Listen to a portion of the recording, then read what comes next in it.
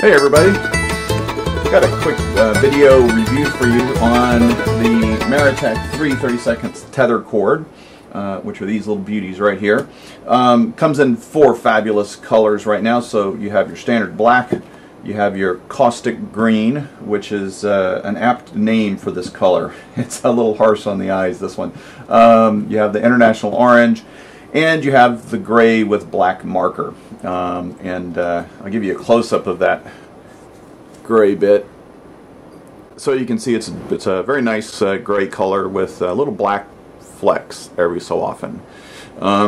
It's actually quite lovely. If tether cord is going to be beautiful, I guess that would be it. So okay, so here we go. So tether cord is basically the little brother to its more popular and well-known big brother, the paracord 550. I got a little sample of 550 cord over here somewhere. Here we go. Try and give you a close-up on this so you can see the difference in the size. It's quite a significant size difference. The paracord, I don't actually know what the dimensions are on the 550 cord. I could look that up, but I don't really care that much. But I can tell you, just eyeballing it, it's probably twice as large as this tether cord. But the construction of the tether cord is very much the same as the paracord. Paracord, as you know, has this outer nylon sheath, and it has an inner core of 7 twisted strands of nylon. So this tether cord has the outer nylon sheath, and it has an inner core of 2 strands of twisted nylon. You know, I had this orange cord pulled open a bit ago. Let me see if I can see. Now I've got it all frayed, but there we go. So there you can see the 2 separate strands that are internal to each of these lovely tether cords. It has a 150-pound breaking strength, and is made of 100% nylon, and according to CountyComm, this is 100% USA made, and is a military spec item. So you know the quality is going to be there, the durability is going to be there, and the strength is going to be there. So I ordered the 4 spools because this, on the one hand, these spools have 300 feet, or as they say, approximately 300 feet of cord on each spool, and I figured that ought to last me at least a week or 2. So these should last me for quite a while, and they are currently, as of February 2010, let me double check, they are $8.95 each from CountyComm.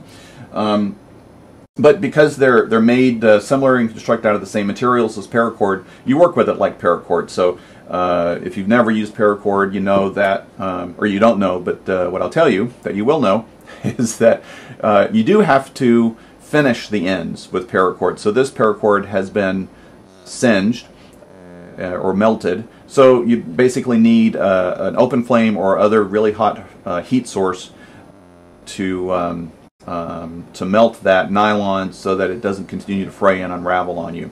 That's the only thing about working with nylon cordage like that, is you do have to melt those ends. CountyComm also sells a pack of cord tips, which I have over here. Let me grab them. Okay, here we go. Here's the cord tips. And you can see they're just little plastic molded. Come on, focus camera. Tips, and all you do is you run your 2 ends up through the center. I can get that to work with that one. That's one of the reasons you want to finish that cord end, so that it does go through more easily. That, and then you just crimp that down, and then you've got a lovely finished end. I didn't crimp it down, so it pulled through. Sorry. I don't really want to crimp it down because I'm not going to fasten those 2 together. So, but a lot of you have seen that. So you can get these little cord tips, and they're smaller versions than the 550 cord tips. Your 550 cord tips will be too large for the tether cord. So if you want to use cord tips, you do need to order those extra. But they're a couple bucks, not very expensive. Okay, so I was going to show you, oh look, I dropped another tip out of that bag, just a tethering tool, a tool that I tethered. So here's the Pico Widgie bar from CountyComm. It's the little 2-inch version. And I've just done a wrap around the handle bit and also left it long for a little bit of a lanyard. And so let me give you a close-up on that.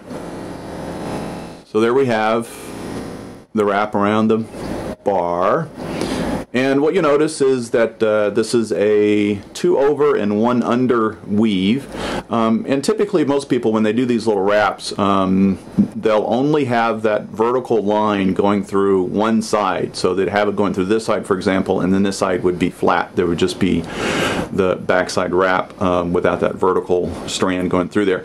But I like symmetry a little bit more, so yeah, I made another lap with the center line.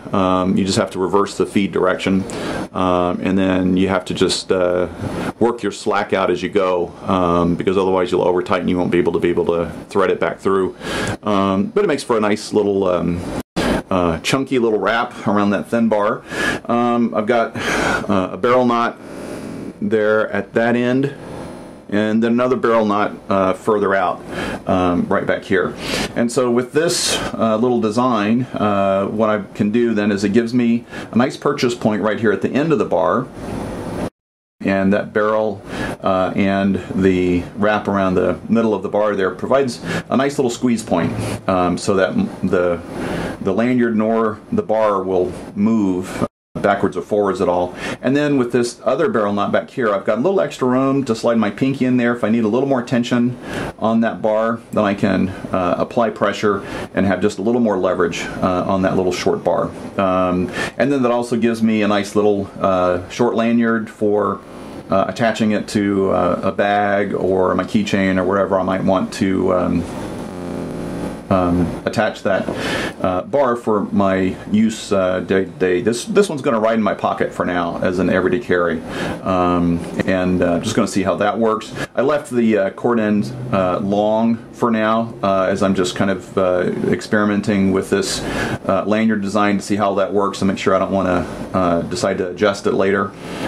And then once I've settled in on this design, that this is indeed what I want to use for the carry and that this works for me, then I'll snip these off and finish the end off there close to that knot probably. Yeah, so the tether cord, there's just one sample of one things you can do.